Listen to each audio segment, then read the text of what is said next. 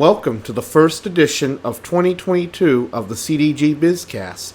I'm your host, Christian Gonzalez, the co-owner of Creativity Design Group, a digital marketing firm in Houston, Texas. This podcast specializes in information related to entrepreneurship, marketing, consumer affairs, and fraud fighting. My guests today are Facedown Tragedy and Chef Jay, the hosts of the After the Shuffle podcast on YouTube. Thank you for joining me, guys. Please, the After the Shuffle podcast, and let us all know what your show's about. Thank you, Christian. Basically, how we got started is I started actually just a small channel on YouTube in around 2020, about the time the whole pandemic era started, just as a way to pass some time and to pass some boredom. I did guitar videos and tutorials and so forth. After about 8 months of that, it got kind of old. I was running out of things to do, and Chef Jay and I had been talking quite a bit during that process, and I'd watch Trilogy. I watch all the Scambaiters. I was just in this big Scambaiter phase. Everything that was on, I would watch it. So I mentioned to him about, I kind of want to do something different with this channel, which is why it's still under Facedown Tragedy right now.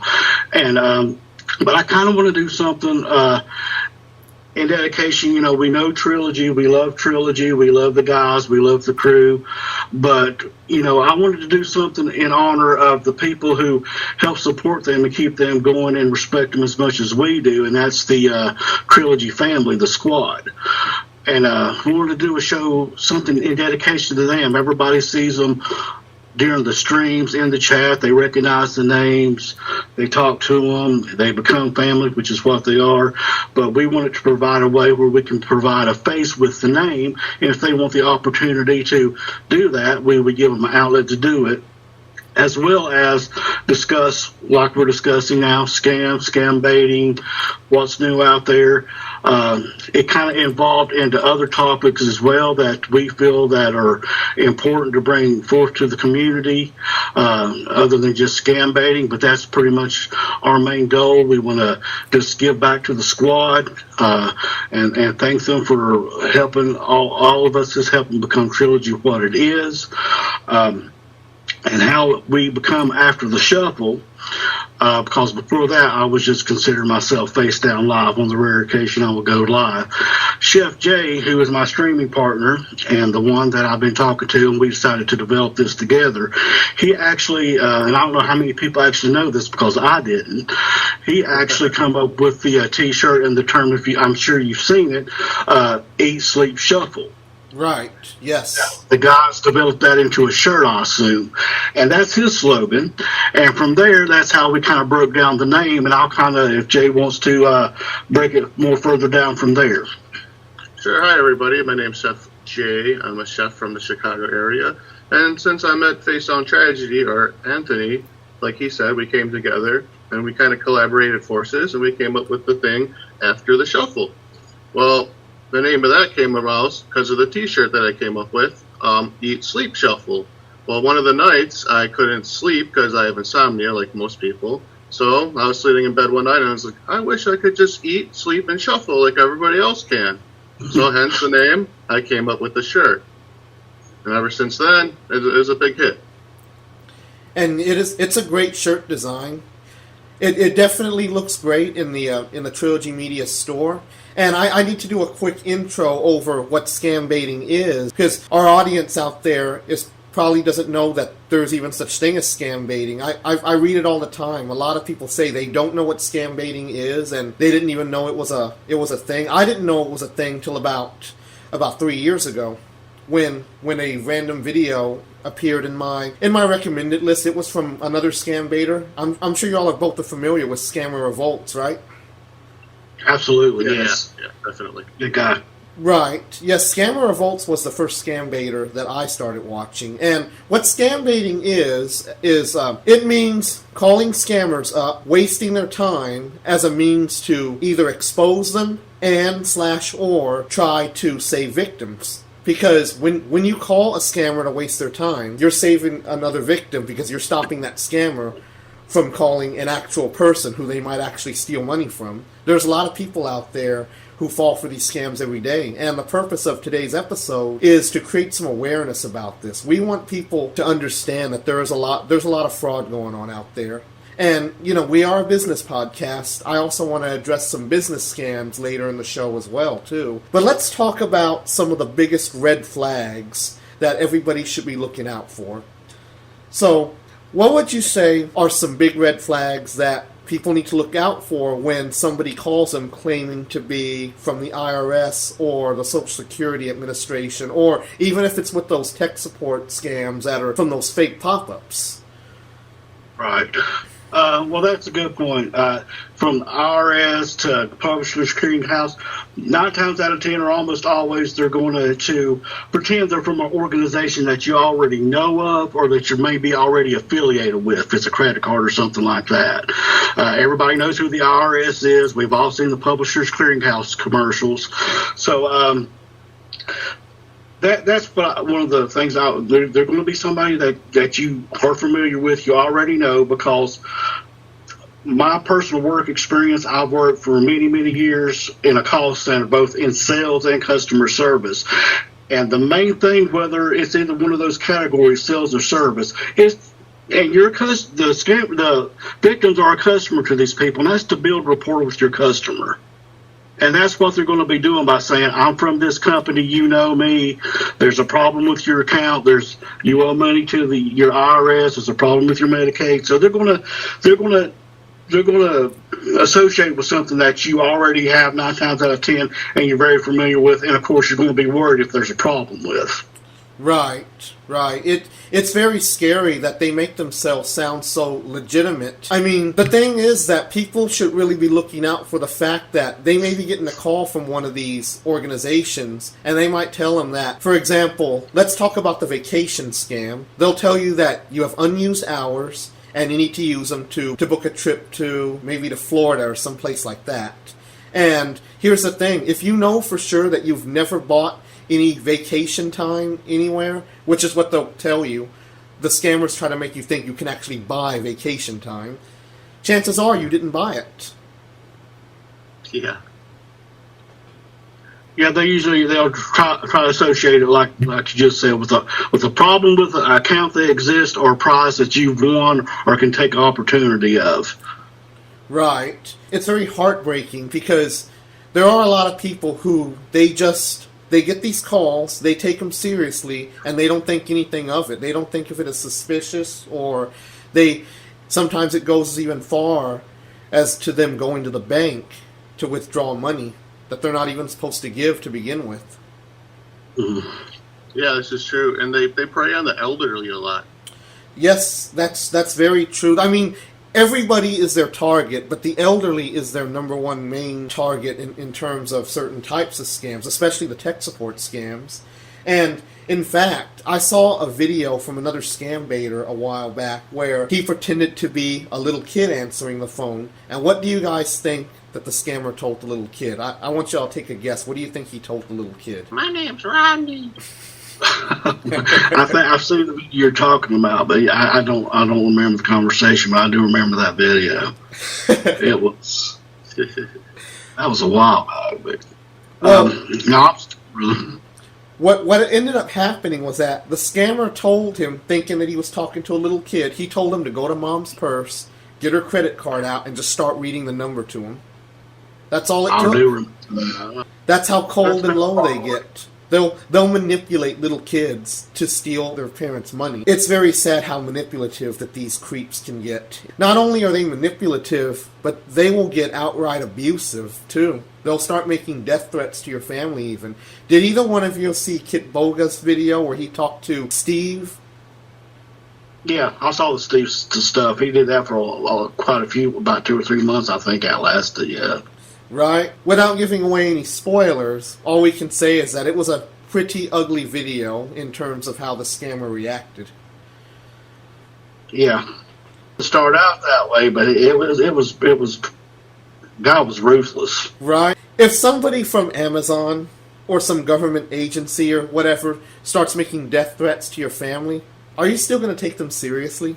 Heck no. In terms of death threats or something like that, I mean, I can see where the elderly would be more worried about that, like when they call and say, well, your nephew or your grandson's in jail and needs this money, this amount of money sent right away to get him out of jail for court costs and stuff. I can see where the elderly would buy into that a lot quicker than maybe, I don't want to say average person. That sounds really bad, but that's what they focus on anyway. It's like Chef said, it's the elderly, because they're easily convinced. They're going to high pressure you automatically, almost immediately. And these guys have nothing but time. That's why, you see Trilogy and some of these people, and Kit Boga and Scammer Payback, you see some of these people, they have conversations that have gone over a period of time of months, because they have nothing but time. Right. This is true. They have nothing but time. It also shows how desperate some of these scammers are, too, because if you can keep them on the phone... Deo just did a bait not very long ago where he had a scammer on for several months. I think he went over a year, at least. And he was very patient with them, too. I don't know if it's a combination of they just taste that money, or they're that... when something's going on for 6 or 7 months and they're just still talking to these people with the same pitch, or if the scammers are just that gullible. I haven't quite figured out which one that it is. If they're gullible, or they're just got a taste for that money that they're open to have the opportunity to get, or maybe it's a little bit of both. Right, because as soon as they think that they have a remote opportunity to get even a little bit of money, that's enough for them to start becoming more enticed to keep going. It's very scary, because they have a huge hunger for money, as we all know. They will go to great lengths to get this money. And what really happens is that once they know that they have a real victim on the hook right there, they're just going to keep going. They're not even going to stop. They're just going to keep going. It's sad. They're not going to give up very easily. Once they know that they're not going to get any money, usually because they find out somehow that they have been baited this whole time, then that's when the tables start to turn. Once they know that they have been played with all this time, that they've been baited, the scammers start getting ugly. Then that's when you start seeing their ugly side. Sometimes they're friendly, sometimes they're not. Sometimes they're friendly as a way to keep the person on the line, to keep them from hanging up. Other times they'll be outright intimidating. They'll be saying incredibly nasty stuff towards them, like, I'm a police officer. You need to do as I say. I'm not your friend. Quit talking to me and just do as I say, or you'll be behind the bars. Behind the bars, as they say. That's how they describe it. Their English is not the best. Right, Yeah. and they're just like any other call center like that I've ever done. I mean, they don't get nowhere with you the first time you're not home. You're a lead. They're going to put you down as a lead and call you back the same day or the next day, and they're just going to keep calling until they, get to speak with you, get the point across, and it's all intimidation. I mean, that's all it is. Yeah, they want to steal your trust. They will either try to intimidate you, or they will try to be real nice to you. Because, people respond with kindness easily. And when you intimidate them, it causes them to hang up once they realize that they're just being trolled by these scammers. I mean, who is seriously going to take somebody that vicious seriously? Especially when they're threatening you for money like that. And, in fact, let's go ahead and move into our next topic. Let's talk about these different types of scams that people need to be aware of in more detail, and what people can do to avoid falling for them. Okay. So I would think, based on what I'll witness, is probably the top few of them are like, of course, I know I get them a lot, is probably the IRS stuff, the car rebate thing. Some of the top popular ones, Amazon, purchase on the Amazon account, which 98% of people probably have an Amazon account. It's this online purchase type stuff, I would think. Okay. I'll sum that up with something. Some of the scams aren't always online. Some are local, actually. Very true. So, like a construction scam, people come to do work on your house or something, and you give them a payment, and they'll just run away with the payment. There's also, I heard of some that come to people's houses, and they're like a fake utility, and they'll get access to your house, and while you're in the backyard looking at the power lines or something, someone else will come into the house and take their goods.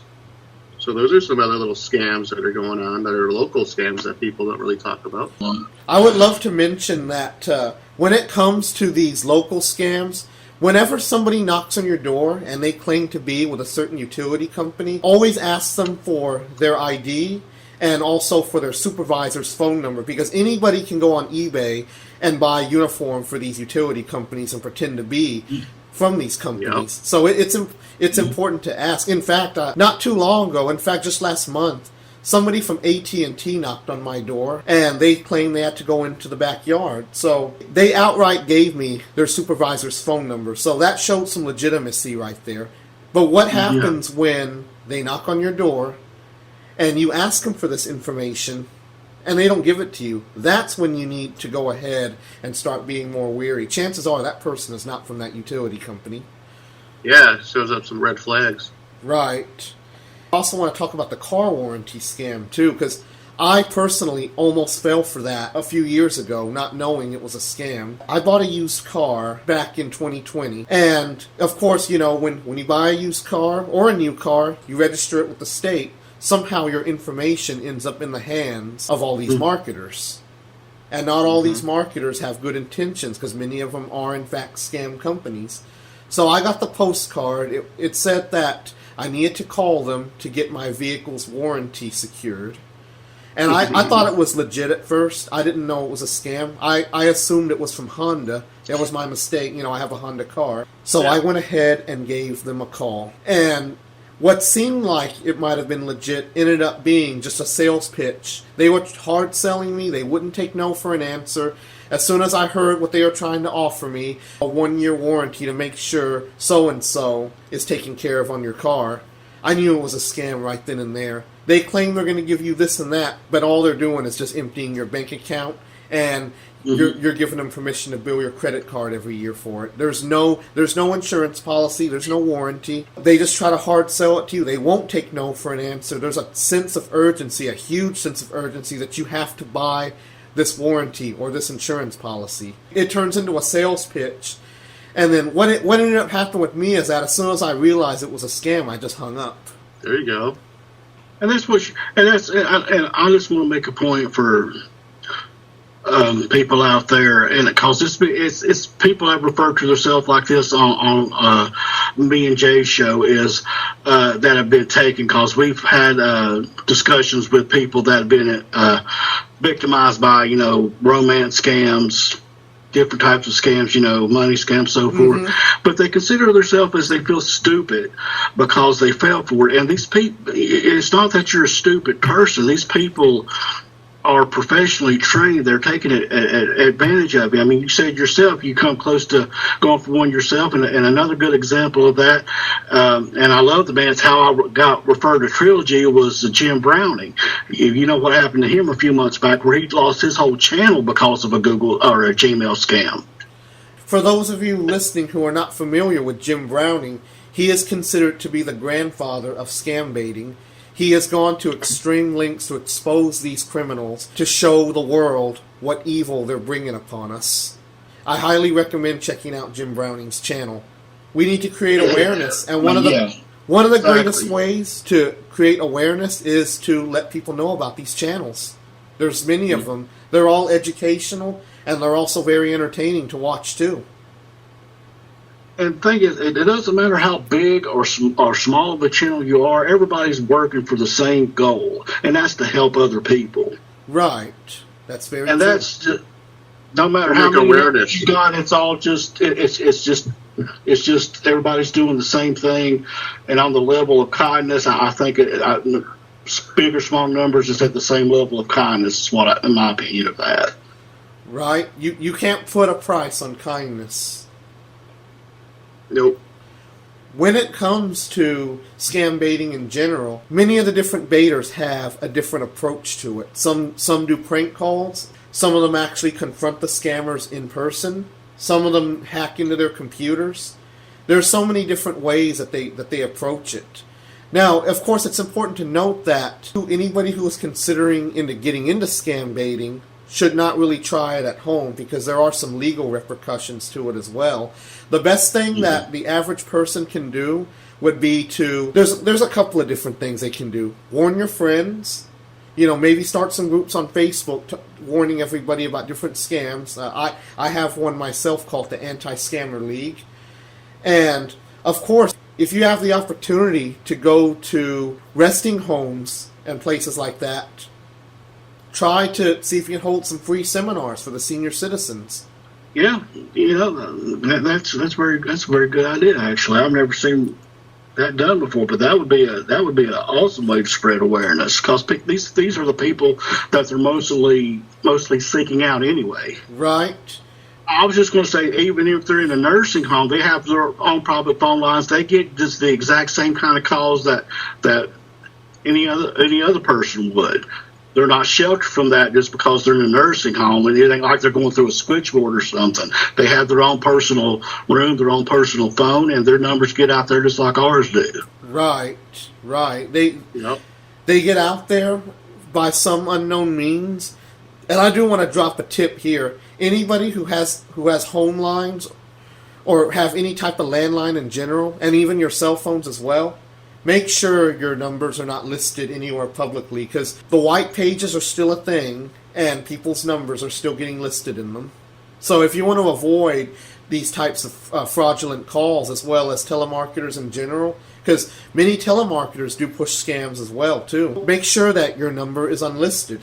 How do you do that? Do a Google search for your phone number and see if it shows up in the search results. If you're getting multiple results showing that your phone number is listed here and there and your name is on it, you'll want to call your phone company and also check the individual directories you see your number listed on. Contact them and have it removed. Yeah, and there's always the do not call database, which a lot of that's right now they're finding so many ways to bypass that, and a lot of it that they're doing still doesn't even apply to the database right now.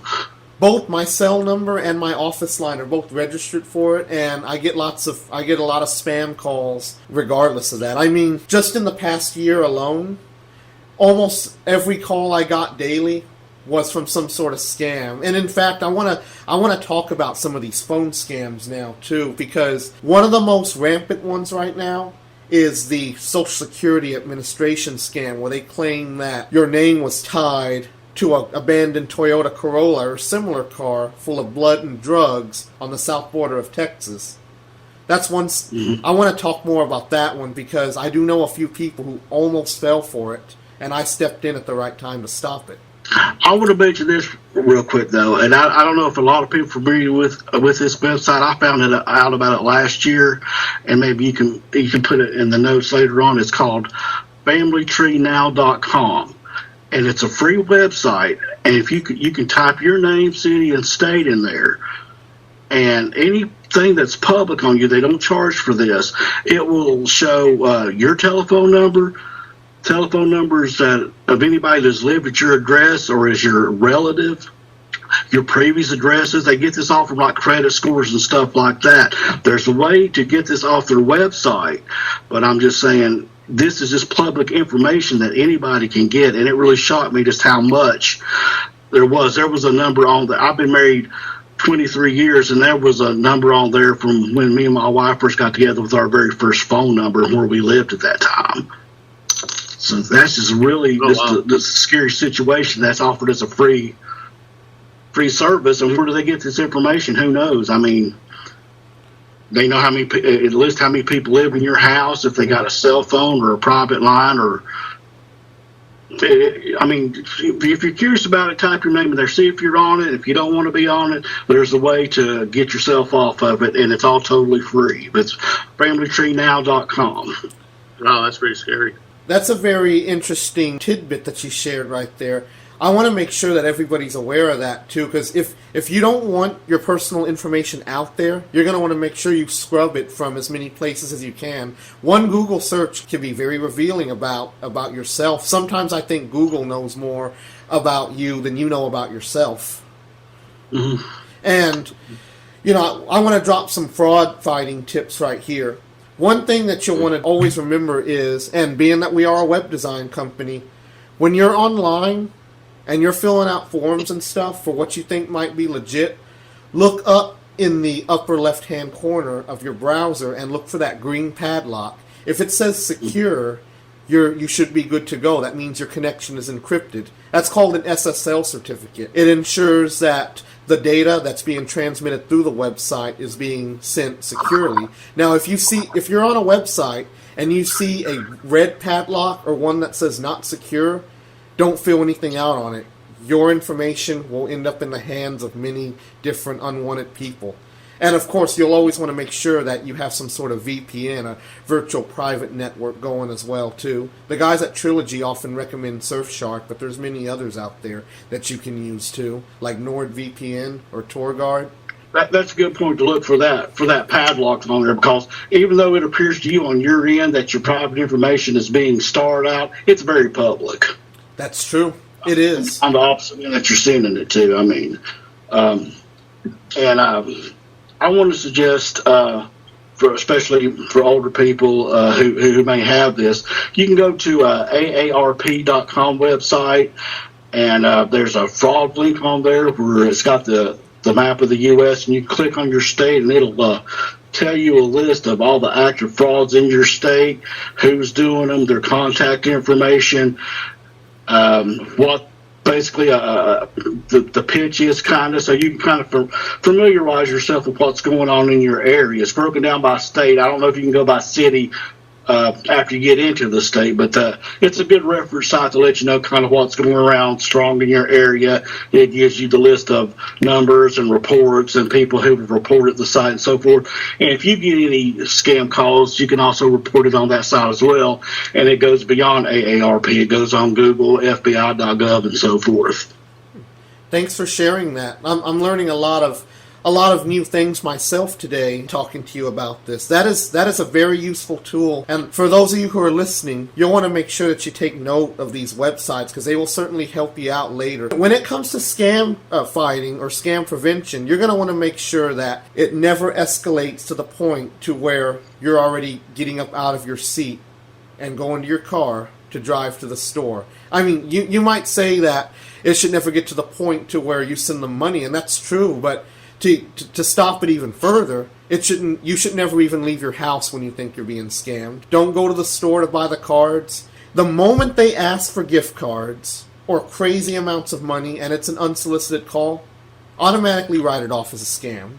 It should never get to the point to where you're at the store looking for the cards and then you're already in line getting ready to buy them. When you have a call and it's suspicious, stay home. Don't leave the house to buy the cards.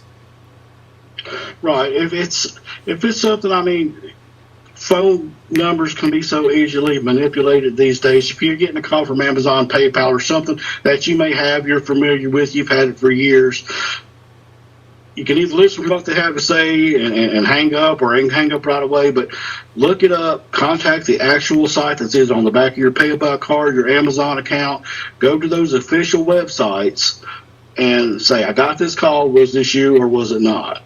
And they can also notate this information if you are getting scam calls from their company on your account, so that way they're also aware of it as well.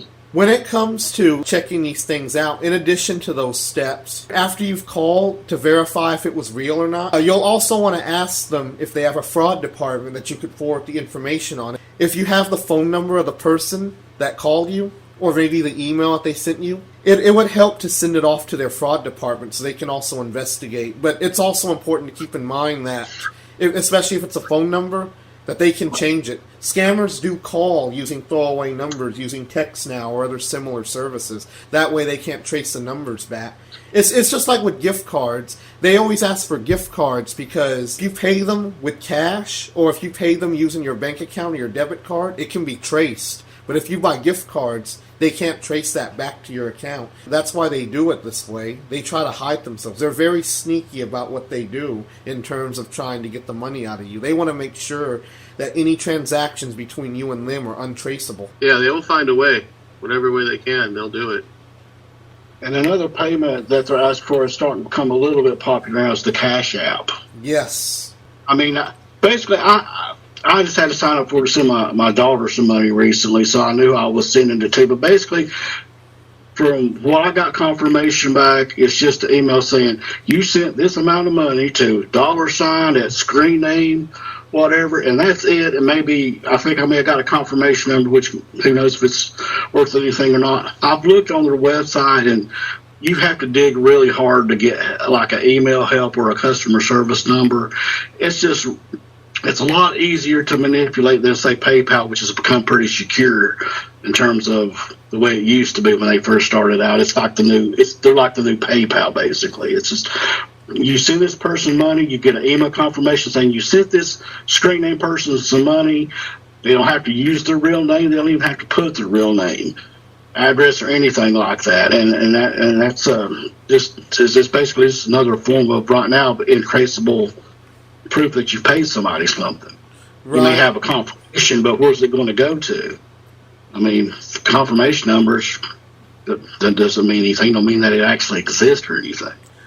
Right. Speaking of Cash App, you'll want to watch out for cash flipping scams. These are also popular on Instagram too, where they tell you, you Cash App me this amount, I'll send you so-and-so. Like maybe they'll say, you send me $500, I will send you $5,000. Those are automatic scams.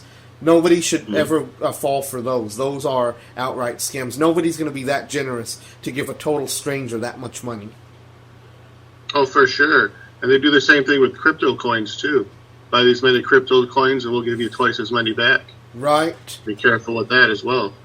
What they're doing is that they're taking that scam and making different variations of it. So now it's branched out into cryptocurrency, which is even scarier because many people are joining the train of cryptocurrency, the train of people who are on it. Yeah, to invest and try to make money, and they're trying to take advantage of that. There's so many of these new cryptocurrencies coming out every day. There's always something different called something else in terms of the cryptocurrency. I mean, I'm not too familiar with it, but I just, from what I hear about it, I mean, on the news and so forth, and keep up with it, it's just it can be literally here today you invest in, a gone tomorrow type situation. It's an ever-changing industry. It's rapidly changing.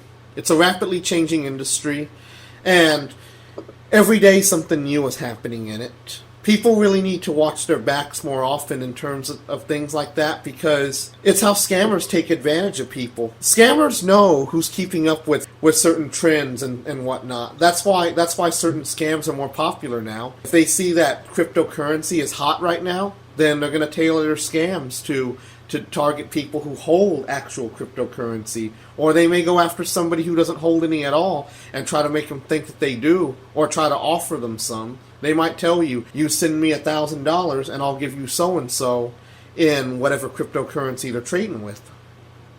Yeah, we had a guy from on our show about 3 or 4 or 5 weeks ago, maybe. It may have been our third or fourth show that it's part of the Trilogy crew, and he actually come on to talk about another situation he got in, but it was an Instagram situation with the whole crypto thing, and he got taken for some money as well. So there are legitimate ones out there, and that's how they make it believable. But there's also just, there seems like there's a different type of coin-based currency popping up every day from what I read on the news. Scammers are becoming chameleons at that point. They're trying to blend in with actual legit people who are just trying to conduct business every day, and that's what makes it scary. It's hard to tell them apart these days. And it's not just with cryptocurrency. It's pretty much with any type of scam out there. I did want to talk more about scams where they threaten to arrest you if you don't pay a certain amount of money. And this goes back to the Social Security Administration scam I mentioned earlier, but it also goes with the IRS scam as well, too. They'll tell you that there was a mistake on your tax return, and if you don't correct it right now, that we're going to send a cop and have you arrested. Now, here's one thing that doesn't make sense. Why would they call criminals ahead of time to let them know they're coming to arrest them? Wouldn't that just give them a head start to run away and hide somewhere? Exactly. That's it. I'm not going to increase. So that's exactly what I would do. But worry about that. But yeah, that's exactly right. I mean, why would they say, "Well, we're going to be there in 15 minutes, knocking on your door, and you're going to be arrested"? And that's what they say literally. Right. They'll intimidate you. They'll tell you if you don't correct this mistake or if you don't go to the store and buy these cards, we're just going to throw you behind the bars. Going back to the SSA scam, like what I said about the abandoned car, they tell you that your name's tied to it and there's an arrest warrant related to that car, and if you don't buy the cards, they won't clear your warrant, and therefore they'll have you arrested. And of course, it does get very ugly at times. They will start getting very hostile towards their victim. They'll get really aggressive, tell them to buy the cards now, or we're just going to come and arrest you. To all of you who are listening out there who have questions about this, whether or not it's real, it's always going to be fake. They're not coming for you. They're not going to arrest you. They're just trying to extort money out of you in the form of gift cards. Yeah, they're just trying to scare you. Exactly. And sadly, fear is a big weapon that many of these criminals try to use. And it's not just in the scamming world. It's how stores get robbed. It's how people get mugged on the street. And it's just really bad. It's getting worse. You're starting to see scams come in different forms. They always have a different script. They always change their name every time they call. They'll tell you their name is Mike Richards one day, and then they'll tell you this is Tom Jones the next day. They just keep making up all these different names, and it's usually the same guy changing his name every day. That's why I don't know if you saw the bringing Jim Browning up again, but I love Jim Browning. The Jim Browning video with the Disney Plus scam about where he got into the system, and literally they're doing like maybe 10, 20 different scams at a time. And all they do is just click on the name of the company or the scam or whatever, and their script pops up, and they go from there, which is always almost basically the same anyway. But that's pretty. I mean, Jay and I had a scam baiter on our. It was the last show we done before we took this break before Christmas, and we all see where the department stores and stuff about the gift cards are at least finally starting to put up warnings and so forth, but I found out about Target had actually reimbursed someone a $5,000 charge for that she got scammed out of on a gift card that we had found out from a scam baiter that had talked to the person and studied and followed up with a scam. So that was really impressive to kind of see that, because that's really not something they kind of leave you out in the cold like, oh, well, sorry, there's nothing we can do much about it. There's the sign, we warned you, So I was impressed with that as far as Target doing something like that. But I was just saying, I was impressed they were doing that, though, that they started doing that, and I hope they continue to do it. I mean, at least as much as they can, because that was impressive if they would give somebody back just $5,000 that got scammed out of gift. That's a good sign to see. Big companies doing that for sure. Mm-hmm. I went to my neighborhood Target about a few weeks ago. They have a huge gift card rack with no warning signs. I saw a Christmas theme warning sign near the cash register that was most likely going to come down once Christmas was over, being that it was a Christmas theme sign. And I find it ironic that that Target has cared so much when they didn't even put up any signs to begin with. I've been to a couple of different locations around here, and they don't have any signs up. So the thing is that it would have never happened to begin with if they would have just put up a sign. In fact, I've been looking at what different stores are doing to try to prevent scams from happening. Some stores have signs that are too small, and like we said earlier, a lot of elderly victims, they're not going to be able to read that tiny print they have on these little signs. Now, I would say the store that's doing the best job out of all of them is Walmart, at least over here, because they have signs, big blue signs, at every register showing, they list out certain red flags.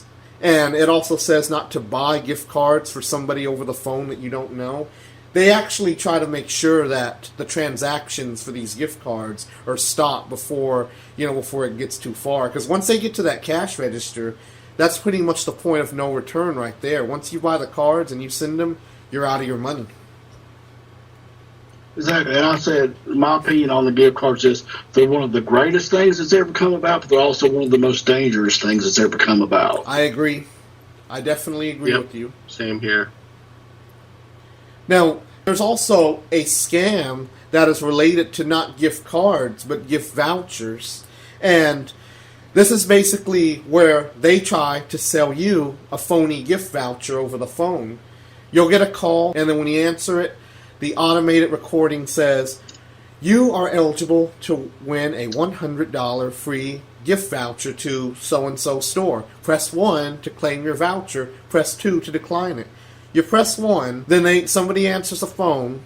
They tell you you're eligible for this gift voucher, and we also have some sort of gift package we want to send you. And then they're like, if you don't want this gift package, you get to keep the voucher. We just need to bill your card $1.95 or whatever. Now here's the thing, $1.95 may not be a lot of money, but when you agree to let them bill your card, you're also agreeing to let them bill your card on a monthly basis, and it'd be at random amounts too. It won't, next time they bill your card. Yeah. Mm-hmm.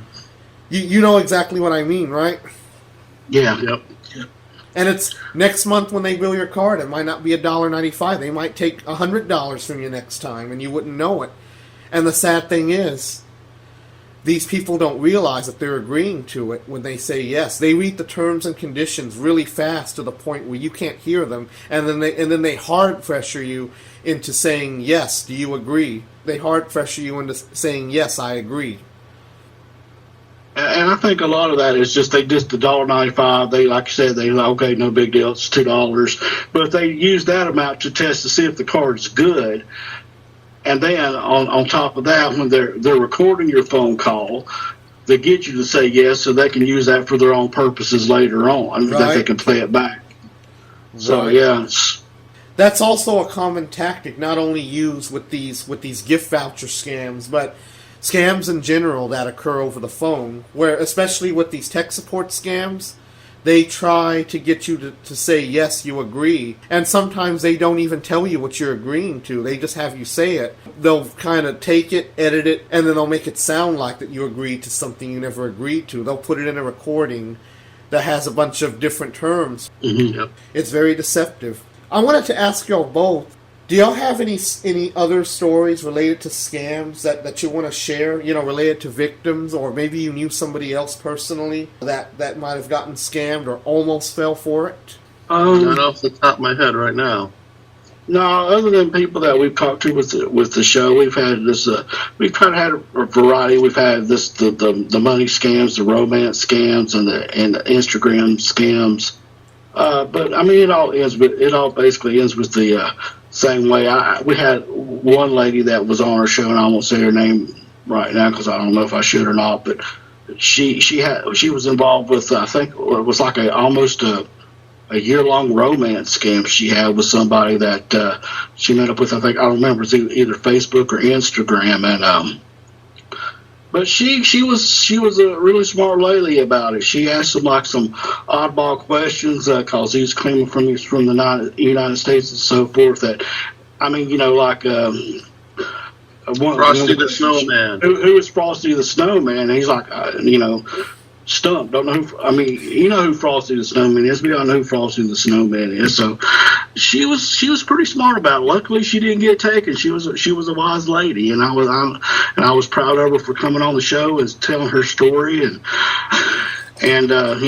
luckily not getting too wrapped up in it and so forth. It could have been a whole lot worse than what it was. So. But she was really brave to do that, and I was really very proud of her and impressed with her. We can have more victims being saved, just like she was. Victims can save themselves once they know the red flags of a scam, and we've talked about many of them right now. Once you know the red flag of the scam, then you'll know when to back out and hang up the call. And then, of course, if you're very creative, you can stay on the call just to waste their time so they don't call somebody else who's, a legitimate victim. Mm-hmm. Yep. It accomplishes anything you do to waste their time or to go hunt them down like Trilogy does, like Scammer Payback does, and a lot of those, or just shut their whole call center down. Anything you do, no matter how small or how big it is, it's still accomplishing the same person. It's saving somebody who could be making a call at that time to be getting scammed. Right. Every little bit helps in terms of scam baiting. If you're just calling to waste their time, that keeps them from stealing millions of dollars every few minutes. They're rapid we've heard in the calls, when you're on the phone with one, you hear a very busy call center in the background, and they're all reading the exact same script. And like you said earlier, the call centers, it's different scams all under one roof. And they rent out several floors of these call centers just so they could set them up like real call centers for legitimate companies. They look like real call centers for legitimate companies. The only difference is their intent. Real companies aren't stealing money from people. They are the scammers. True. It's very true, very true. And yeah, I mean, you can hear what's going on. Sometimes you can even hear them reading back off other people's credit card numbers when you're on the line with somebody, and that's just, it's chilling. It's scary. Yeah. It makes me angry whenever I hear that. And what makes me even more angrier is when I hear them talking to the victims, and I hear them shouting at them, cussing them out, and calling them names, or making the occasional death threat. That stuff is just blood boiling right there. These scammers, they will do anything they can to really rob someone. I mean, especially when it comes to elderly people who have all their life savings, they'll try to make sure they bleed them dry. Yeah. I was just going to just say a couple things about what you kind of do, like don't give out personal information you didn't expect to give, that you think they should already have, like Social Security Administration. They should already know your Social Security number. There's no reason for you to tell them that. Exactly. And, if they're trying to press you to act immediately, make that be a warning sign, or they're telling you how to pay for a specific thing that's other than an oddball way with checks. People still use those, or a debit card. If you're telling you to give gift cards like we've talked about already, nobody's going to pay the IRS with a gift card. No.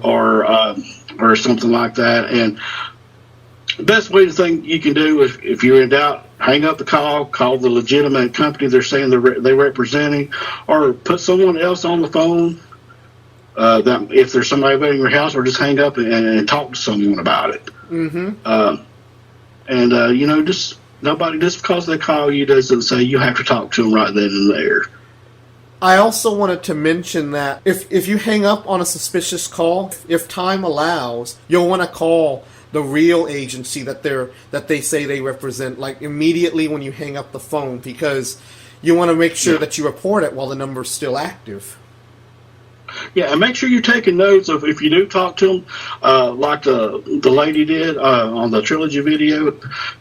She had great notes that she provided Trilogy with. Take those notes, take down the phone numbers they tell you to call, when to call them, and what they said, and give that to the legitimate companies, because every little piece of information, they can turn that into their fraud department, and it helps. Right. Every little piece of action that we can take will help fight these scams even more. When it comes to certain types of scams, like let's say, I want to talk about business scams now too. Now, I do know somebody who was nearly scammed by a client committing check fraud. I also want to talk about my brushes with people pretending to be clients. And I'll start off with that one. And this is for all the business owners out there who may be listening. This scam targets anybody who owns a business. What they'll do is they'll send out an email. They're going to ask about certain services. They're going to inquire about certain services that your company offers. The emails are sometimes in bad English, sometimes not. And they always ask about a service. They always ask if you offer a service that you obviously offer.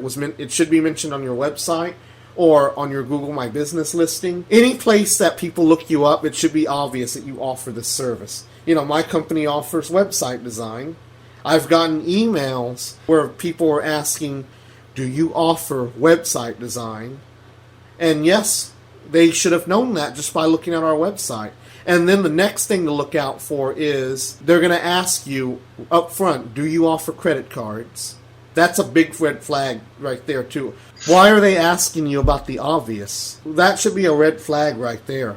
If they are asking you about the obvious, chances are it's somebody trying to do a money laundering scam. And here's another thing to look out for too. If they want to pay several times more than what your services are worth, that's an obvious scam right there too, and chances are you're going to receive a fake check. I've seen videos about this. What they'll do is, let's say and these are not my actual prices. Let's say I'm only charging $300 for a basic website, right? You tell this to the scammer, and they're going to say, I'm going to send you $5,000, and I need you to keep some of the money and send the rest to this address. Now, this has never happened to me. This is just a hypothetical situation. But that's how it works. They're trying to bait you into money laundering. And what's going to happen is that once you take your cut of the money, your bank account is going to get flagged for the fraud. You'll end up dealing with the feds and getting arrested. Nothing is going to happen to the scammer because this money never went to his or her account. The scammer will get off scot-free. They'll be long gone. They'll disappear, and you will be the one in jail. Speaking of business, we had someone on the After the Shuffle show who did a. I'm sure you probably heard of it, but it's first I've heard of it. It was kind of a payroll scam where they asked her to buy all this blank check information, different fonts, had to be printed different colors. She had to buy a couple of different printers to make everything happen. And what her job was to be mailing out paychecks to their clients, and she would get a percentage of that paycheck. But she was in turn left with all this equipment money and stuff she had to put into it, and the blank checks and so forth. So that was something. There'll be a gentleman we had on show whose aunt become a victim of that, and luckily, he got to her soon enough to where she wasn't taken too bad. But that's one of the I've never really heard of that one before. Have you? I haven't. I've actually heard of different variations of this scam. You've successfully brought us into our next topic. I wanted to talk about job search scams, and they're all almost the same, but with different variations. Like the one you just mentioned, they all involve paychecks or just checks in general. That was a perfect example of one. And usually what these scams entail is they'll send you a text asking you, and they'll even pretend to be a big company. They'll send you a text asking you if you're interested in doing a job for them. They'll use a big company name, and then people who agree to it, they'll send them, without doing any work, they're going to send you a check right up front. And usually it's going to be a fake check. They're not going to send you a real one. They're going to send you a check just to get started. They're trying to make themselves look legitimate by doing this. There's no actual job. They're just going to have you contacting people, collecting money from them, and then sending it elsewhere. Again, it just ties back into money laundering. That's all it is. It's not a job. They claim you're going to do so-and-so, but in reality, you're just doing money laundering. That's what's scary. Yeah. They make it look like a real job, when in fact it's a federal crime that can get you investigated by the FBI. That's exactly what it is. That's how this gentleman's aunt found her job. And when it comes to this online job stuff, I think... I don't mean a popular search engine. It can be your best friend or your worst enemy because, people, these scammers pay top dollar for ads for their stuff to pop up. Whatever it is, you're searching for online jobs or you're searching for Best Buy customer service. They pay to have their numbers that they've mimicked to show up at the top. I would just recommend don't click on anything that says ad because people can pay to have their number with the same name, and I don't think they should be doing that. Scroll down a little bit or just go directly to, for example, BestBuy.com itself. Don't rely on your search engine information because that's just monetary payment for their search to get up there right at the top. It's not necessarily going to be legitimate just because it's the first thing that pops up on a search engine. Search engines are a mixed bag of different results. It is sad because a lot of legitimate companies do use these search engines' paid advertising platforms. These scammers ruin the images of these businesses when they do that, because now it leads everybody into thinking that everything that says ad next to it is most likely a scam. They're going to be cautious about it. And that also hurts legitimate businesses who do use these platforms to advertise. And they spend a lot of money to advertise up there too. It is sad that people fall for scams easily like this too, because a lot of those top results that say ad, the ones that are true scams, you click on that, and chances are it's going to lead you to a fake website. In fact, Pleasant Green did a video about this, Alexa support, and yes. And I'm sure y'all may have seen it. But what happens is that the scammers set up a website, and it's really detailed. It looks like that they legitimately want to help you set up your new Alexa. Only to find out that it's just another tech support scam. It's not Amazon.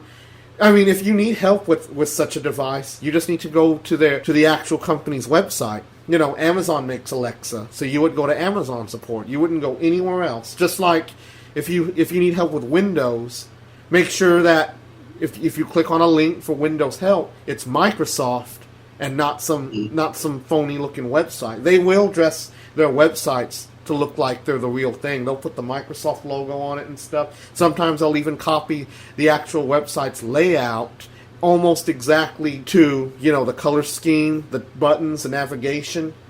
But when you look in the address bar, you'll see that website is not Microsoft. It has some weird looking address on it. That's how you know it's fake. You got to look at the top for that stuff.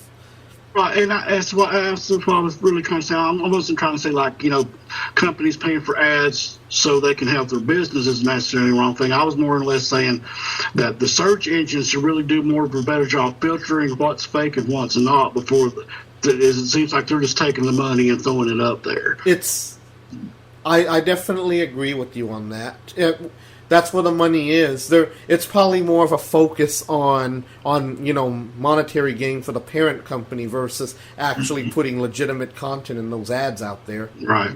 Another job search scam, then this one is extremely common too. Pyramid schemes. What happens is that with these companies, they'll pretend that they're hiring. They'll tell you to come in for an interview and dress nicely. I mean, that's a given right there. They shouldn't have to tell you to dress professionally or bring copies of your resume. And then when you show up, you find out it's all for a pyramid scheme. They're just trying to get you to sell certain products. They're going to try to get you to recruit your friends, try to sell to your friends and family. And then you find out that all the money that you actually make, if you make any sales at all, is going up to the top and you're not pocketing any of it. They have you busy, working hard, trying to sell these shady products to whoever you can. And then when you actually land a sale, all your commissions go straight up the pyramid to the people at the top. You do all the hard work, the people at the top do no work, and they pocket all the money. And most of the time the products you're selling are a scam. Yeah. Yeah, you're basically doing their job for them. They just sit back and rake in the money, like you said. It's not only that they rake in the money, but it's also the fact that the products they're pushing out are usually scam products to begin with. You know, the best thing to do when it comes to job searching is don't rely on online job boards. I know it's easier said than done, and that some people can't, you know, they don't have the option. But networking is the only way you're really going to get a good job. If you know somebody who works at a certain company, that's going to be your easiest way to get in the door. Hiring managers, they look for internal contacts first, and then they put job boards at dead last. They're almost no priority at some companies. So I really hate to say that, but the only way to avoid falling for job search scams is to try to find a job without using a job board. You have to network, and it's not easy for some people. I understand. It's sad that that's how the way the world works right now. The job search scams are really serious too. We don't hear too much about them, but if you do your Google search for job search scams, you'll see exactly what I'm talking about. It's either these money laundering scams or these pyramid schemes that are preying on job seekers. The pyramid scheme scam, they'll even pretend that they have an opening available for something in your line of work. Or they'll tell you that it's a customer service job. They'll tell you we need people to do customer service for our company, and your resume looks like it was a good hit. The only reason why we're calling you instead of emailing you is that your email address did not load properly on your resume. See, they'll tell you all this BS right here. They're going to make it sound really convincing. And then when you show up to the interview, it ends up being a recruiting scheme for their little scam they're trying to pull. So they can get you to sell stuff on commission you're not even going to get to keep. And you scam people to get such commissions. It's not a job. It's just deceptive. I really wanted to bring that up because people don't talk about it as much. When people are scam baiting, they don't bait these scammers. They're baiting all the other types of scammers that we've been talking about. And that's still a good thing. But we still need to make some awareness about these job search scams, because these people just want to make a living. They don't have money to spend to begin with, and oftentimes they're either trying to get you tied in some illegal activity, or in terms of the pyramid scheme scams, they want you to pay something up front, money that you don't even have to begin with, hence why you're job searching. It's just really shady. It's very inhumane. And it makes me mad just thinking about it. I mean, I get enraged just thinking about how they try to prey on people who don't have this money to spend to begin with. It's sickening. And that's a good point, because right now in the situation we're in with the pandemic and so forth, those type of scammers are really relying on the online jobs, because people are wanting to get stuff they can do from home, or Right. assume they can do from home. So they got a wide open field to do that right now. And that goes back to what I said earlier about how scammers are turning into chameleons, because they're blending in with legitimate stuff and making themselves look real. Yeah, that's true. Prior to the pandemic, job search scams were easier to spot because work from home jobs, they were indeed a scam. But now, because working from home is such a hot thing right now, and it still is, how do you know what's legit and what's not? It's hard to tell now. It makes it harder for the honest job seeker who just wants a legitimate job, right? But you have people that are desperate for work right now because they may have lost their job because of the situation we're dealing with right now, and they're looking for something. They need something else. Right. So that's just preying on them. The scamming world is full of the kings and queens of deception. Their job is to prey on these people, try to swindle as much money as they can out of each person, and then spend it on whatever, buying these huge mansions, fancy cars, and whatnot. And it really is sickening what they try to do to these people, and they don't care. They don't care. They're just stealing money from strangers, people that they never met, and they think it's okay. Some of these scam bosses, they think of themselves these huge big shots. They think that because they stole $1 million in a week, they're these big shots that everybody should be worshiping and kissing their feet. That's what's sickening. They think of themselves as these big celebrities. Yeah, definitely. Now, let's go ahead and close the show by talking about some tips that people can use in general to keep their information from being stolen. Now, going back to scams, the first thing they can do is always remember, whenever a company asks for your social security number or your credit card number, they're only going to ask for the last 4 digits. They're never going to ask for the whole thing. If they ask for the last 4 digits to confirm, that's good. That shows that that's legitimate. But if you're buying something over the phone from them, chances are if they're going to use the last 4 digits of that card already. But a customer might want to use a different card. In that case, they're going to ask for the full number. Other than that, it's always going to be the last 4 digits. And no company's ever going to ask for your full social security number like that. It's always going to be just the last 4 only. Yeah, Definitely. And if something sounds too good to be true, it usually is. That should always be on the back of everybody's mind. I see a lot of deceptive commercials on TV, on the internet, and some of them just sound way too good to be true. I mean, just this past month in December, the Medicare deadline came to a close, and all I saw were endless commercials that were incredibly predatory, preying on elderly people to get them to go to these websites and stuff to sign up for these scam Medicare plans. And that was another thing that made me really mad too, because they all sounded too good to be true. They use famous faces to lure them in and make them look more legitimate. Always remember, do your due diligence, do your homework, make sure that you check everything. Whenever you're in doubt about something, put on your detective hat and research till your fingers are numb. Research till you have nothing left of your fingers. Research. Look into everything. Never assume anything is right. Never make false assumptions. Always do your research to try to figure out the absolute truth to the best of your ability. And, elderly people who need help with this, they should have family that can help them. Maybe they could go to the nearby senior center and they can help them out too. The local library will help you out. There's a lot of resources you can use. Yeah, definitely. Going back to what you said earlier, check to make sure your public information, like your home address and your phone number, is not listed online in these endless directories. Yeah, if people hear that, or you put in your show notes or whatever you do, definitely check that site. You'll be amazed at how much information they have on you and your family in terms of phone numbers, addresses, where they live. It just don't seem right, but it's totally legal and fair somehow. Right. And it's all free. It's not a subscription-based service. It's just all free. These websites and these tools that you've been mentioning will definitely help put an end to all this fraud. I mean, we can only do so much.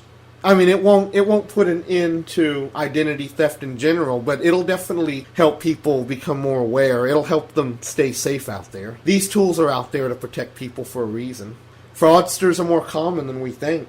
Another safety tip that I wanted to mention is, when it comes to your driver's license or your ID, never give it to anybody who is not entitled to see it. I mean, if you're being pulled over by a police officer, of course you got to show your ID, but I'm talking about, let's say you're in the store and you're trying to buy something. Maybe you see one of those shady salesmen who's trying to sell you a product you don't want. And they do this, like Walmart has stands near the electronics department trying to sell certain products, certain services, which I will not name, but they're trying to get you to sign up for plans for this and plans for that.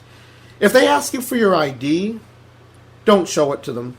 They don't need to see it. And it's not just with salespeople and telemarketers. Don't show it to security guards either. They're not police officers. I remember I had an experience 10 years ago when I was in college. I wandered into an area that I didn't know was restricted, and the guard asked for my driver's license. The security guard is not a police officer. He has no right to know where I live or what else I'm doing. I just gave him my name, just so he would get off my back, and then he let me go. He wanted my driver's license, but I showed him my school ID. What I'm trying to say is that never ever show your driver's license to somebody who is not entitled to see it if you don't have to. People don't need to know where you live. People don't need to know what you're doing here and what you're doing there and stuff like that. It's private information. Security guards, telemarketers, people like that, it's none of their business where you live. They don't need to see your driver's license. This is true. Or your social security number or anything like that. Exactly. And if I can, Chris, before we go, if I can do a couple of shameless shout-outs, would you allow me to do that? Of course. I just want to thank everybody who's supported after the shuffle like they've done, and the other scam baiters who've helped us get to where we're at now that are continuing to do so, like yourself and some others that we've had on. But if you could just go check us out. We're going to be starting back up live hopefully fairly soon. Our website is up. It's aftertheshuffle.com. We're working on that, but it's live if you want to trigger around that. And the shows are on YouTube under my screen name for right now, Facedown Tragedy. And I also want to give a shout out for one of my good friends, Cora. She's on YouTube at Cora's at Her Corner. She's a Trilogy member, and she does some great characters, some great scam baiting. If you'll check her out, she's up and coming, and I pretty much I'm liking these scam baiters. She's improved so much since she's first started a few months ago, and I just want to give a shout out to her at Cora's at Her Corner. Nice. And I appreciate you letting me do that. We will now use this time for all final thoughts. And do you guys have anything else you'd like to say before we close the show? I mean, just thanks for letting us be on. We appreciate it, and we want to return the favor to you. So have you on and speak with us and cover some similar topics if you're up for that. Yes, I do plan on having you guys back for some future shows. And I would also like to thank you guys for taking this time to join us on the show. I've learned a lot from you guys, and we've been friends for a while. All three of us are huge fans of Trilogy Media and Jim Browning and several of these other scam baiters. And the most important thing I learned from being part of the scam baiting community is that not only are we helping people by creating awareness, we all have big hearts. We all want to see other people out there stay safe. We don't want scammers to win. We don't want them to we just want the game to end. We don't want to see scammers out there taking all this money. We're all very close. We're like a family. I met some of the best people in the world just through the Trilogy Media Squad, and I feel that things are just going to keep getting better and better from here on out because we have a pretty dangerous team of scam baiters out there. I don't see how scammers can win when we have people going out there making sure victims are getting refunded, making sure that victims aren't buying the cards in general. There's just so much going on. And I wanted to use this podcast episode in general to help bring more people into the scam baiting family. I'd like to see more people following these channels so they can educate themselves and save their friends and family. Because it's not if, but when one of your friends or family members becomes a victim of a scam, or almost becomes a victim of a scam, I should say. Yeah, or if that already happened. It's happened more times than we think. It's a very scary world out there. As long as we're all educated on these topics, a little knowledge can go a long way. Always remember that. A little knowledge can save somebody's life tomorrow. Yeah, exactly. I agree.